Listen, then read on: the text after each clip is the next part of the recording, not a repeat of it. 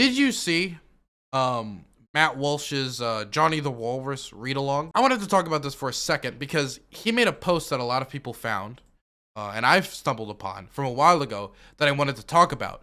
But I wanted to, before we do that, show you Matt Walsh reading to children, which is going to be important for the story we're about to cover.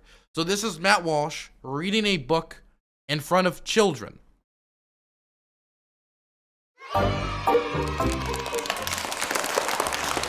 Okay.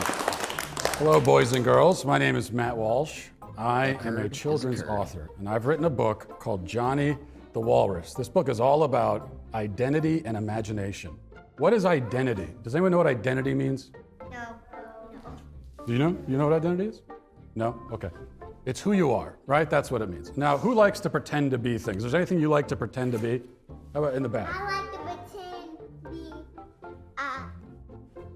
A ninja. That's a good one. What about you? All right. Well, we all like to use our imagination. Sometimes I use my imagination. I pretend to be a monster. I chase my kids around because I'm big and ugly, so I could be a monster. That's what this book is about. It's all about a boy who pretends to be a walrus. He identifies as a walrus, and his mom's a little silly. She takes it seriously and thinks he really is a walrus. That's silly, isn't it? So what is this thing doing on the floor? We don't have to worry about that. We're going to read the book now. Okay. Johnny's a boy with a big imagination. Okay, this is not really that important, but it's basically like hey, being trans is like pretending to be an animal. These are basically the same thing. That's what this is. That's what this video is. And basically it's like saying blah blah blah, trans people bad, right? Trans people are just pretending to be women when there's no real basis in it, right? And in the middle of it also like mock scientists, like these doctors are crazy. They actually saying that they should give him surgery to become a walrus. It's a huge just anti-trans manifesto. We can go into how this is hypocritical and how Matt Walsh has talked in the past, how children's media needs to stop talking to kids about LGBT issues, as he now talks to kids about LGBT issues, telling them that trans people are just crazed maniacs pretending as adults to be something they're not. We could talk about that hypocrisy, but that's not important. The important key here is this is a man speaking to children, and we found an old post from Matt Walsh that I wanted to talk about on the platform twitter.com. The pedophile scandal in the Catholic Church is not a pedophile scandal. The vast majority of victims are post-pubescent teens and young men. This motherfucker just said, it ain't pedophilia, it's hebophilia. Now, if it is a pedophile scandal, or there's a scandal around an interaction between an adult and a minor, we don't call them young men, okay? We are going to refer to them as minors, okay? They're not young men, and you shouldn't use the term young men to downplay it. And whether they're before or after puberty doesn't matter, but let me just say, many of these cases, they were very, very young. Not that that matters at all. Screwing with a kid when he's 14, 13, or 5, all of it's bad, okay? All of it's bad. So it is a pedophile scandal. And trying to say, it's actually ebophilia. With number one, most of these cases would not even be hebophilia. I actually don't know for sure, but I know all of them are not hebophilia, so it'd still be a pedophile scandal. But this is just being pedantic to a creepy extent. And then he says, the real problem in the church that everyone sees and few will say out loud, gay priests. He goes on to say, the media has been trying to separate homosexuality from the Catholic Church scandal for years. This is nonsense, of course. The problem started precisely when they began admitting large numbers of homosexuals into the priesthood. He then says, as an example, the latest bigwig to be exposed is Cardinal McCarrick. He is accused of assaulting a child, but most of the stories that have come out about his involved sexual relationship with seminars, that ain't pedophilia. Okay, so the first thing I want to say is for somebody who has for a very long time tried to really sound the sirens when it comes to, oh, look at the gays, they're coming for your kids, they're coming for your kids, they're coming for your kids. And then we have a scandal where hundreds upon hundreds upon hundreds of children were molested. And just to be clear, we're talking just in the French clergy, I think it was somewhere around 300,000 cases of minors being molested. Like 300,000, man. That's in one country. One country. And the Catholic, and that's only from like 1950 to like 1990 or something. It's only one period of time in one country. The numbers vary, by the way. I think 300,000 was one estimate. It was like, I think the numbers range from like 200,000 all the way to like 400,000. I forget the exact number. All I need to say is in just one country, for one time period, the nation of France, with the Catholic Church spanning every continent on the planet, hundreds of thousands of people, one country. This isn't something to downplay. This isn't something to apologize for. This isn't something to say, actually, they were 14 or 15, right? That's gross. That's disgusting. Pedophiles belong behind bars. If you have sex with a minor, you belong in prison because you hurt children and we want to protect kids. Simple.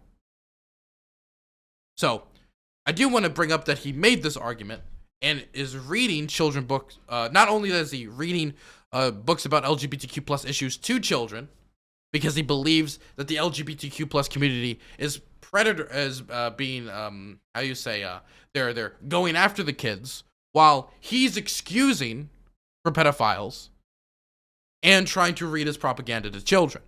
But I also wanted to talk about his argument here, because it would be kind of irresponsible of me, even though I think everybody in my audience knows why this argument's fucked. But it'd be kind of weird of me, I think it'd be irresponsible of me not to talk about his article here. So he says that the issue that came about was when the Catholic Church started admitting large amounts of homosexuals. Now, oh, and Fluff bring me the wonderful statistic of 73% of victims are 14 and below. Of course, not a wonderful statistic, but also showing that most of these cases, definitely since he doesn't put any data, like we have no clue of the exact precise ages or what percent of them were prepubescent or post-pubescent. Not that that matters or should be noted, but he's just, just talking shit out of his ass. But let's talk about the French clergy, for example. This case I was just talking about, this is one of the estimates, which is 216,000 children were victims of the clergy. This is reported of last month. And in here, if you look at this specifically, second, let's see if I can find it. 16,000 children, mostly boys, have been sexually abused by the clergy in the French Catholic Church since 1950. This is just one country, but stay with me for a second. 1950.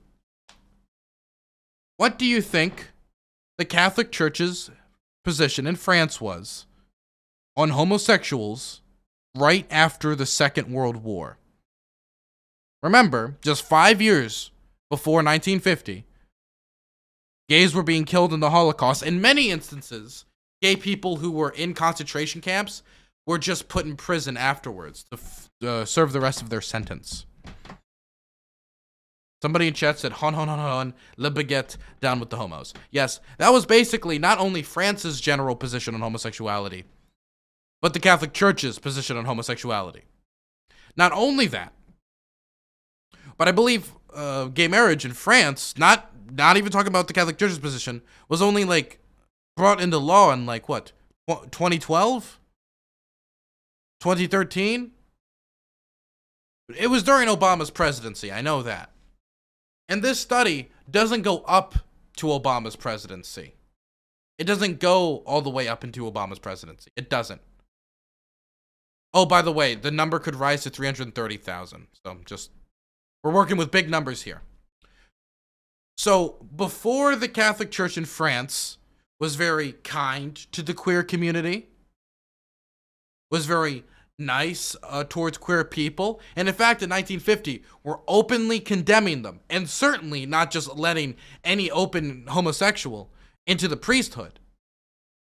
I don't really know of any open homosexuals that were let into the priesthood in France in the year 1950, 1960, 1970, 1980.